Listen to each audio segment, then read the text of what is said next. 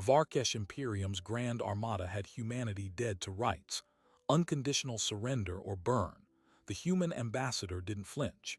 He stared at the countdown timer with a strange, sad exhaustion and whispered one word across the command frequency. Enough. The admiral laughed at the pathetic defiance, until hidden kinetic rings hummed to life among the asteroids. In 90 seconds, every ship was vaporized. The galaxy learned a terrifying truth. Humanity had never been weak. They had simply been waiting for a reason to stop holding back. For 100 years, the galaxy believed a comforting lie. Humanity had traded its fangs for plowshares. Ambassadors smiled, freighters hauled grain, and everyone forgot the predators hiding behind those gentle eyes. But what exactly had humanity been building in the dark? And how does a species that preaches peace prepare the most complete annihilation ever witnessed? To understand what happened in those 90 seconds, you have to rewind the clock by a century. The Varkesh Imperium didn't just stumble onto humanity. They had been watching Earth for decades, cataloging our broadcasts, our trade routes, our treaties. Their official assessment, stamped by the Imperial War Council on the 7th of September, 2143, was devastatingly simple. Humanity was a species of fragile idealists coasting on a forgotten warrior past. The Imperium had conquered 37 sentient species. They operated on a brutal calculus: measure a civilization's will to fight, then break it.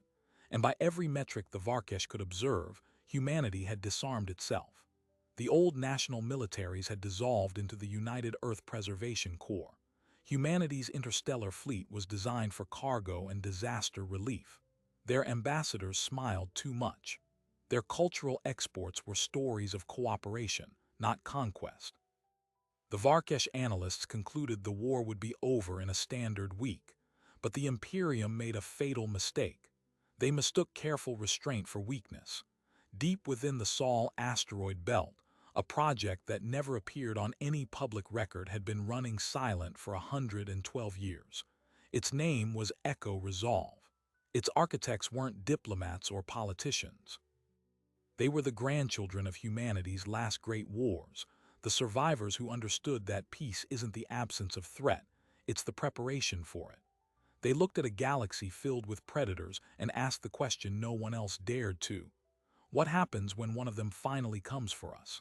And they built an answer. The Varkesh Armada that entered Sol space was the largest invasion force ever assembled in the sector.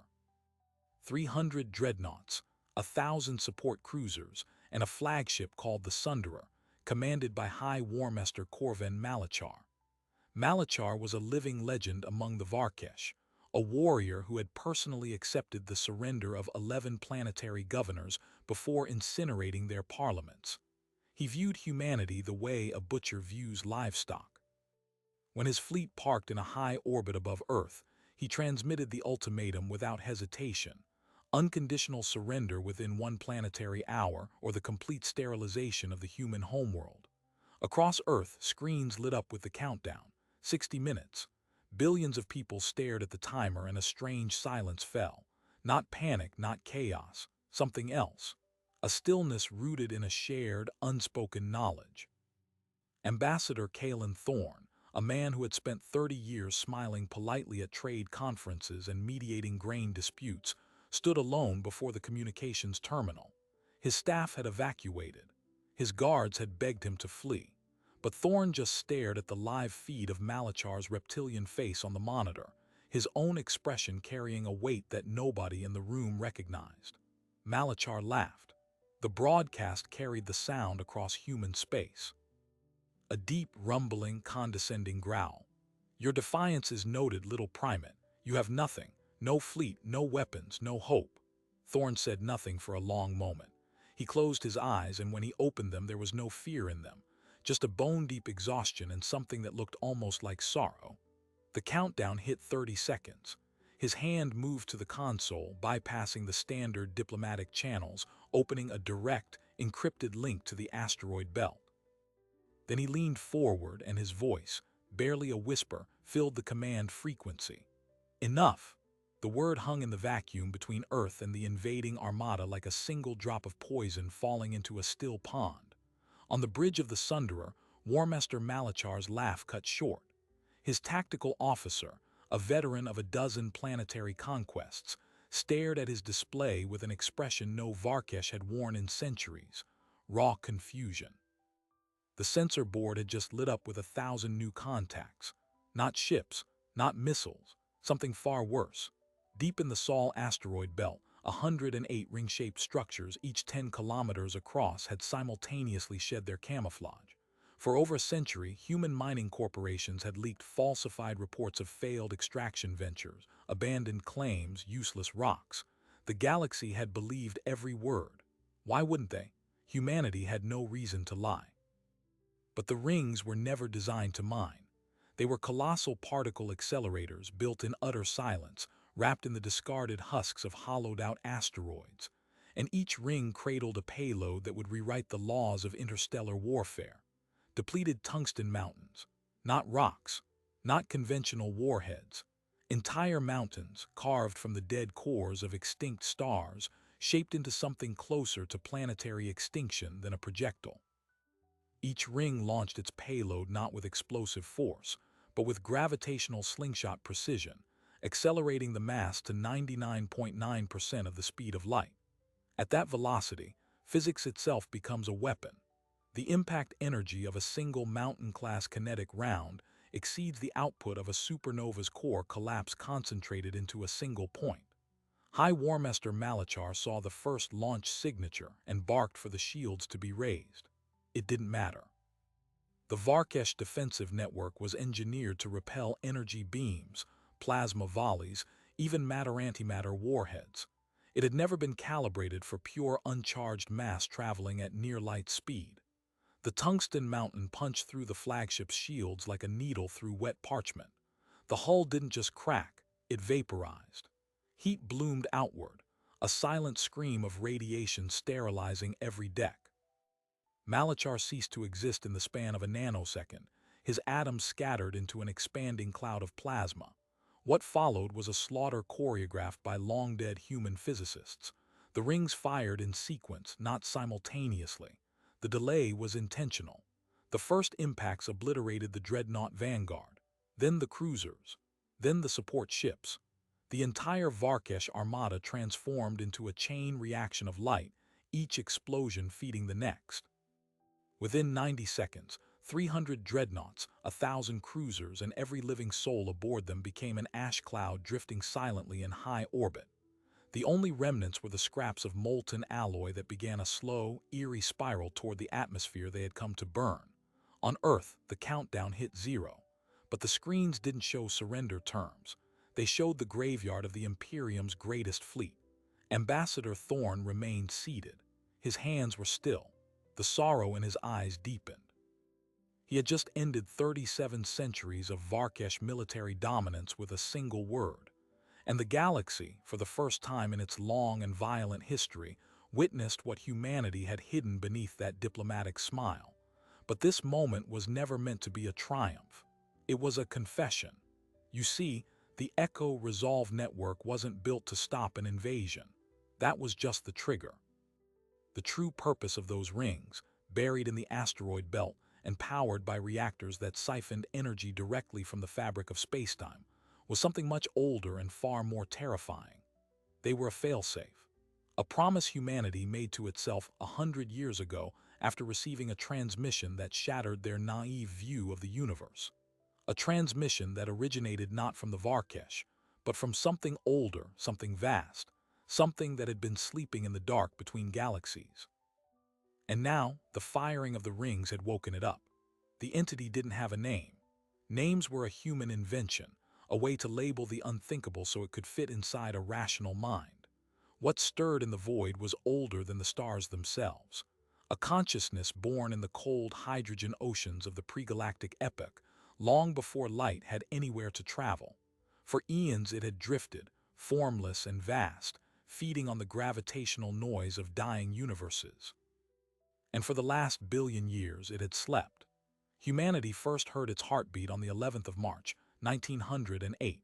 Not with telescopes, those came later. With a radio receiver in the Siberian tundra built by a reclusive engineer named Mikhail Volkov, who was listening for thunderstorm discharges and instead captured a signal that made his teeth ache. A low, rhythmic pulse, mathematically pristine, cycling at exactly 7.4 beats per minute. Volkov recorded 3 hours of it before the signal abruptly stopped. He spent the next 20 years trying to decode it. In 1928, he succeeded. The message was a single phrase in a language that no human tongue had ever shaped, translated by comparing its fractal structures to the neural firing patterns of dolphins. It read, "When you break the light, I will know you are ready." Volkov shared this with a handful of trusted physicists. One of them, a young Werner Heisenberg, recognized the implication immediately.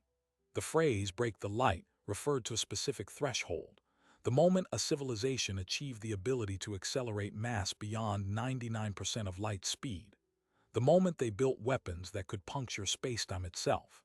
Volkov's group became the Silent Directorate, a secret passed down through generations, operating outside every government. They knew the entity was not malevolent in any human sense. It was a farmer, and civilizations that crossed the light barrier were its crop. The Varkesh were never the enemy. They were bait. Ambassador Thorne learned this truth on his 40th birthday, when a woman he had never met approached him in a Geneva cafe and handed him a sealed envelope containing Volkov's translated notes. The Silent Directorate had chosen him. They told him the fleet would come, not if but when. And when it did, Echo Resolve would be activated not primarily to defeat the invaders, but to send the signal. The firing of the rings was a flare, an announcement broadcast across cosmic distances. Humanity had arrived at the table. It was a declaration of war that no alien empire had ever intended to make. Malachar's armada was collateral damage.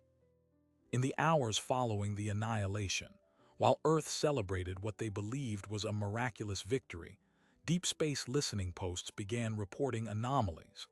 A star in the Draco constellation dimmed by 12% in 7 minutes, then returned to full brightness. The great black hole at the center of Andromeda shifted its rotational axis by 0.03 degrees. And from a region of space where nothing should exist, a 200 million light-year void between galaxy clusters, a gravitational wave rippled outward with such force that it displaced the orbits of 1,000 unaffiliated star systems. The entity was waking up, and it was hungry. Within the unified Earth command bunker beneath the Himalayas, a skeleton crew of Silent Directorate analysts watched the data stream in. Their leader, a woman who had never appeared in any public record named Dr. Ilara Vance, pulled up a holographic model of the galaxy. She drew a line from the firing of the rings to the void. The line intersected 17 inhabited systems, 31 colony worlds, and Earth itself. The entity wasn't coming, it was pulling. The gravitational waves were not a side effect. They were a fishing net, measuring the resistance of every mass in the path. Humanity had not broadcast its location. It had revealed its exact coordinates, but Dr. Vance was not afraid. She had been waiting for this moment longer than anyone alive. She turned to her console and opened a file labeled Protocol Eclipse. It contained schematics for a device that made the Echo Resolve rings look like children's toys. A device built not to accelerate tungsten, but to collapse reality itself into a singular point and reboot the local laws of physics. It was hidden in the one place no one would think to look, inside the sun. The only catch, firing it meant killing Saul, and if Saul died, Earth died. And if Earth died, humanity's last bargaining chip became its tombstone. Ambassador Thorne discovered the truth 48 hours before the Varkesh fleet arrived. He sat in the Himalayan bunker, staring at Dr. Vance's holographic model as she explained what the word enough was always meant to do. The signal didn't just activate the rings. It was a direct reply to the entity's ancient question. Volkov's decoded message had never been a warning, it was an entrance exam. When you break the light, I will know you are ready. And the response, the only correct one after a billion years of waiting, was a single word spoken not in defiance but in acknowledgement. Enough, not surrender, not mercy. We are here, we understand, we accept the cost. The Varkesh Armada was not an invasion, it was a calibration. The entity had manipulated the Imperium's expansion patterns for centuries, steering their conquest-hungry civilization toward humanity like a master moving chess pieces on a galactic board. Malachar's fleet was the final variable. If humanity could destroy it instantly, decisively, and without hesitation, the entity would recognize them as peers. If they hesitated, negotiated, or showed mercy to a predator, they would fail the test and be harvested like all the civilizations before them. 37 species had reached the light-breaking threshold. Every single one had faltered, trying to bargain with the force sent against them. Humanity was the first to simply annihilate it. On the 60-second mark after the rings fired, the gravitational waves ceased. A new signal arrived, not from the void but from every star in the galaxy simultaneously. The entity's voice, translated by ancient mathematics into every language, every medium, every mind. Worthy. The word echoed through Earth, through every colony, through the shattered remnants of the Varkesh Imperium. It was not a greeting, it was a promotion. Dr. Vance collapsed into her chair. She had spent 40 years preparing for Protocol Eclipse, certain she would have to kill the sun to prove humanity's resolve. She had never imagined that the killing of the Armada was the test. The Eclipse weapon remained dormant, never to be fired. The entity didn't want destruction. It wanted a companion. A species that could wield absolute power without being corrupted by it. A species that would choose annihilation as a last resort, not a first instinct. Humanity had spent 100 years building the most hideous weapon in galactic history, and the moment it was used, it was also the moment they proved they would never need to use it again. Ambassador Thorne stepped onto the balcony of the Himalayan bunker and watched the stars. The Varkesh Imperium was gone, its military backbone shattered, its remaining worlds already suing for peace with every species they had once enslaved. The galaxy had learned the terrifying truth exactly as the Hook promised, but the deeper truth was even stranger. Humanity had never been hiding. They had been rehearsing, and the play had been scripted 1 billion years before the first human drew breath. The final surprising detail: Mikhail Volkov hadn't died in obscurity. He had lived to see the moment, kept alive by the silent directorate's medical technology. At 147 years old, he sat in a small room in Geneva, watching the global broadcast. When the word "worthy" resonated through the speakers, he smiled, closed his eyes, and let go. He had been waiting for that sound. The galaxy celebrates humanity's victory over the Varkesh, oblivious to the true nature of that 90-second annihilation. Only a handful know that we didn't fight off an invasion. We passed a test set in motion before the first star ignited. The entity now watches, not as a predator, but as an ancient peer, waiting to see what we do with our seat at the table. And the most unsettling question remains. If humanity was willing to build weapons capable of breaking light itself, what else have we quietly prepared for? If this story redefined your understanding of humanity's place in the cosmos, smash that like button. Share it with a fellow sci-fi fan who needs to hear that peace is just the quiet hum of hidden cannons. Subscribe and ring the bell for more epic original stories delivered right to your feed. Until next time, stay curious, stay humble, and never mistake stillness for surrender.